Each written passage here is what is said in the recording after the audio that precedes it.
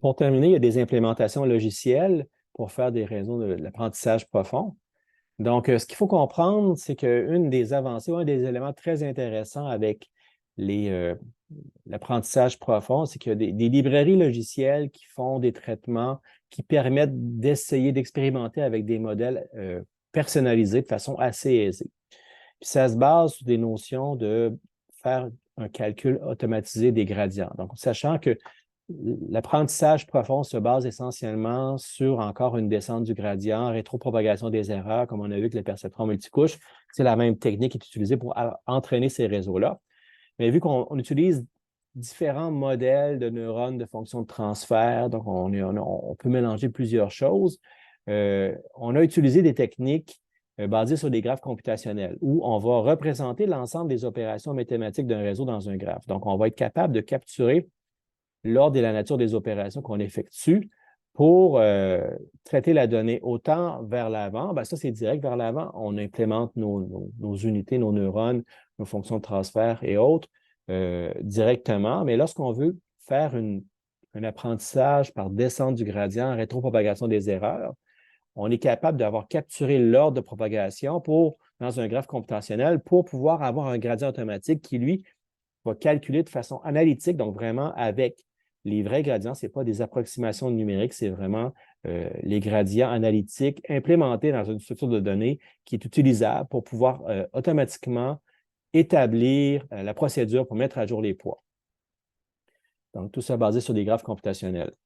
Donc, ça permet de définir des topologies complètes maison sans nécessairement devoir recalculer toutes les équations de mise à jour parce que dans le fond, ces équations-là de mise à jour sont dans un modèle que l'ordinateur peut traiter et va lui-même évaluer de quelle façon on calcule le gradient, de quelle façon on fait les mises à jour de tous les poids selon leur position dans le réseau de neurones.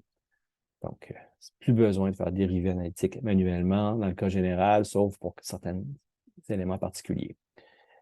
Et l'autre élément qui n'est vraiment pas à négliger, c'est qu'en plus d'avoir les gradients automatiques nous permettant de générer des réseaux maison de façon très conviviale et relativement directe, donc de personnaliser les topologies de réseau pour des besoins spécifiques ou des nouvelles approches comme les GAN, comme on a vu, ou les DAN, on a ce qu'il faut aussi pour optimiser les traitements sur des architectures de calcul particulières, comme par exemple les GPU. Donc, implémenter le traitement d'algèbre linéaire sur GPU, c'est très efficace sur GPU, mais ce n'est pas nécessairement trivial à implémenter si on doit le faire manuellement en programmant tout ça.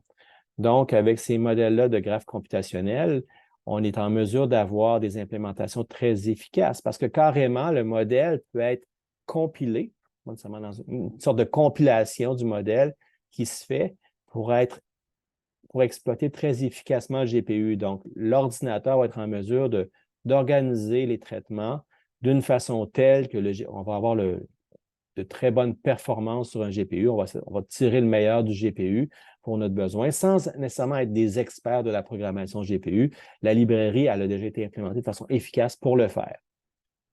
Et donc, ça ressemble à ceci, à un gradient automatique dans un graphe. Donc, si on suppose qu'on a différentes opérations, on va vers l'avant. Donc, on a une propagation vers l'avant. On a x1 sinus de x1. Donc, on a x1 fois x2 qui rentre ici. Le résultat de x1 plus x2 est x1 fois x2 plus sinus de x1. Et tout ça, ça donne la fonction f de x. Donc, si on va voir la dérivée partielle de cette fonction-là, f selon x1, ça correspondrait à cos x1 plus x2. Et de même, selon x2, ça correspondrait à x1 directement. Donc, on voit que le résultat des dérivées partielles ici est calculé dans un tel graphe de façon automatique. Et le gradient automatique est calculé parce qu'on sait, on a implémenté dans le système des opérations de base. La dérivée d'un sinus, c'est un cosinus. La dérivée de x fois y selon x, c'est y, et ainsi de suite. Donc, toutes ces opérations-là de base sont définies.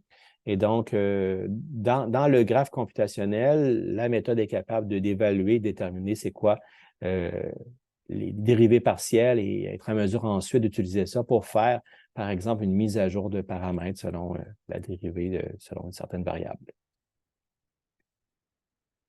Donc, dans les outils d'apprentissage profond open source, il y a TensorFlow qui est un peu un outil encore très utilisé, codé en C++, qui a été proposé par Google, Il y a une interface d'utilisation en Python. Donc, c'était un des premiers outils modernes, dans le sens que ça a été lancé il y a quand même quelques années. Et donc, c'est entièrement organisé autour des graphes computationnels. Donc, on dit TensorFlow, c'est vraiment un graphe, un flow d'opérations sur des tenseurs. Des tenseurs, c'est la généralisation de matrices en plusieurs dimensions. Donc, on doit cependant programmer dans TensorFlow selon ce modèle-là de graphe computationnel. Donc, tout ce qu'on fait, c'est qu'on construit un peu notre graphe computationnel en Python, par exemple, puis ensuite, on est capable de l'utiliser pour faire les traitements autant en prédiction qu'en entraînement. Il y a aussi PyTorch qui est venu un peu après TensorFlow, mais qui est maintenant très utilisé. L'avantage de PyTorch par rapport à TensorFlow, c'est vraiment l'interface de programmation qui est plus conviviale. Donc, c'est plus programmatique, c'est plus naturel que TensorFlow, où là, on doit manipuler des graphes en Python. Donc, ça reste du Python, mais l'opération de manipulation de graphes n'est pas naturelle en Python en soi, ni dans d'autres langages en général. Donc, c'est plus convivial, c'est plus pythonesque, comme on dit, donc plus près du langage. La différenciation automatique se fait également automatiquement, tout comme avec TensorFlow. Mais sur certains aspects, il y a plus de flexibilité. L'environnement est un peu plus dynamique que TensorFlow par rapport à ce qu'on peut faire. Un autre aussi, un dernier, là, un qui est arrivé plus récemment, c'est Google JAX.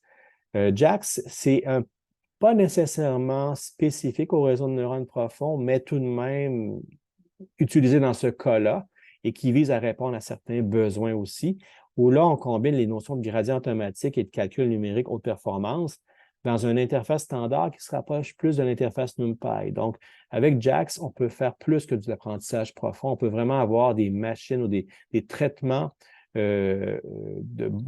particuliers duquel on peut extraire les dérivés partiels. Après ça, on peut faire la rétropropagation dans ces modèles-là sans trop de limitations et avec une intégration plus naturelle avec les environnements de calcul numérique en Python comme NumPy. Donc, ça offre une très grande flexibilité, mais on est peut-être un peu plus bas niveau sur certains aspects, ou du moins, on est comme moins spécialisé pour les réseaux de neurones profonds. Et il y a également Keras, qui, lui, est un peu une surcouche pour faire l'apprentissage profond. C'est fait pour être convivial, c'est fait pour que des gens moins spécialistes, moins dans le cœur du domaine, puissent utiliser l'apprentissage profond pour leurs besoins. Donc, la flexibilité est plus réduite, mais la convivialité est là. Puis, généralement, Keras est maintenant une surcouche, donc une interface de programmation par-dessus TensorFlow, PyTorch ou JAX. Donc, on peut utiliser les trois. Je ne dis pas qu'on peut tout utiliser, ce qu'il y a dans les trois, mais on peut quand même utiliser Keras comme front-end, comme interface d'utilisation vis-à-vis des back-end, des engins d'apprentissage profond tels que TensorFlow, PyTorch et JAX. Donc, voici des références que j'ai utilisées pour faire la présentation aujourd'hui. Il y a beaucoup plus maintenant, mais disons que c'était quand même des références qui sont des très bons points de départ pour en comprendre, pour en connaître plus sur l'apprentissage profond.